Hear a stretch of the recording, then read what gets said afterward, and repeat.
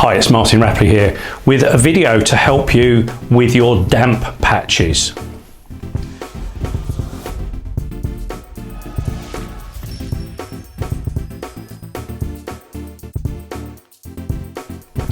Now, when I talk about damp patches, I'm not really referring to rising damp. Rising damp is reasonably obvious. You end up with what we might call a tide mark around the bottom of some of the walls in your property. Typically the front wall and the back wall, maybe an end wall if you're an end of terrace or a semi-detached house. Rising damp is reasonably obvious to see, reasonably obvious to get a specialist in. You can carry out some treatments, you can hack off all the plaster, you can redo that and deal with that and bring that up to speed.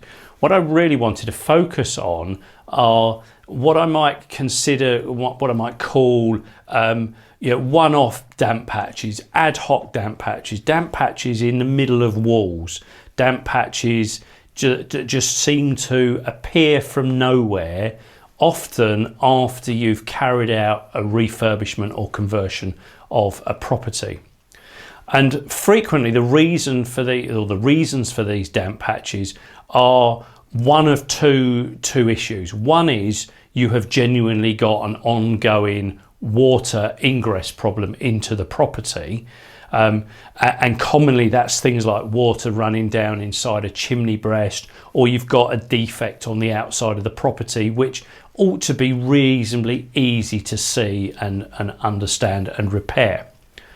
But the other real common reason for having these damp patches in properties that you've newly refurbished, converted, probably had some tenants in for several months or even longer, a common reason for damp patches to be showing through is because there was actually damp plaster previously. Maybe it was damp when you first bought the property but you didn't notice it. Maybe it got damp whilst the builder was doing some work. Maybe they were just sloshing around some water, mixing up some plaster or some cement for something else, and water was getting onto the plaster work. Maybe they had a leak whilst they were doing the works. It might not have been serious, but maybe water was running down some plaster for a longer period of time. And what's actually happened is that the plaster has broken down.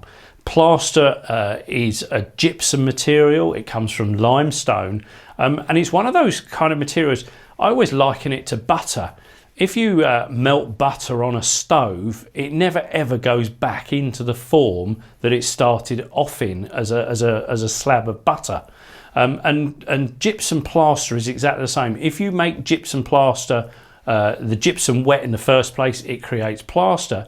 If you make it wet for a second time, it starts to break down and it stops being plaster. And what happens is the salts come out of that plaster, and that's the damp patches that you're seeing on your walls. The salts are drying out to the warmer side, which is of course the room side. So in those instances, there's really only one cast iron guaranteed remedy, and that is unfortunately to hack off the damp plaster and hack off a little bit each side of the damp plaster, maybe at least a foot, maybe even 2 or 3 foot if you've got some big areas. Unfortunately you'll need to replace that plaster. We typically would do that with a sand and cement render. That would contain a chemical waterproof additive that stops anything more leaching through, and then you can finish that off with a skim coat of plaster and of course redecorate it.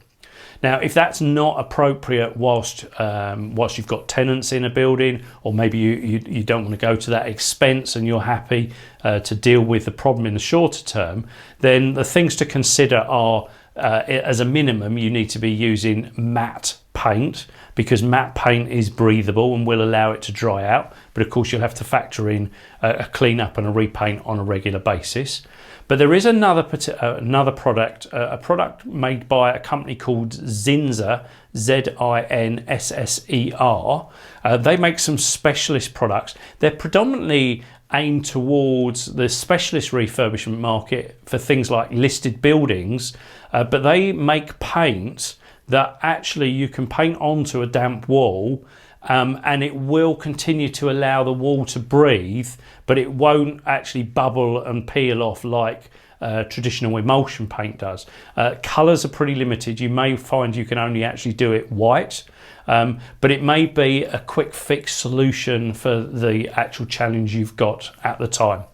So I really do hope that this video has been of use to you. Please do like and share. Leave any comments if there's anything else I can help you with relating to damp, or of course anything to do with refurbishment. My name is Martin Rapley. I look forward to seeing you on the next video.